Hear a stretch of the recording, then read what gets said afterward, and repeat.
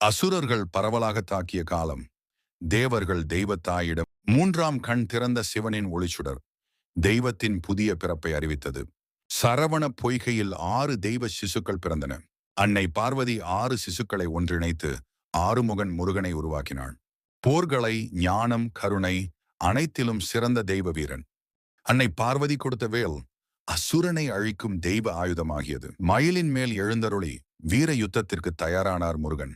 அசுர அரசன் சூரபத்மனுக்கு எதிராக பிரபஞ்ச போராட்டம் தொடங்கியது. தெய்வ வேலின் ஒளியில் அழிந்த சூரபத்மன் மயிலும் சேவலும் ஆனான். அனைத்து உலகங்களுக்கும் அமைதியை வழங்கிய வீரதேவன் தமிழ் கடவுள் முருகன். 6 பழமையான புண்ணிய ஸ்தலங்களில் முருகன் அருள் பாலிக்கிறான். வேலை வேல் முருகனுக்கு சரணம். இந்த மாதிரியான சக்தி நிறைந்த கதைகளுக்காக உடனே சப்ஸ்கிரைப் செய்யுங்க. உங்க ஒரு சப்ஸ்கிரைப் எங்களுக்கு பெரிய ஆதரவு.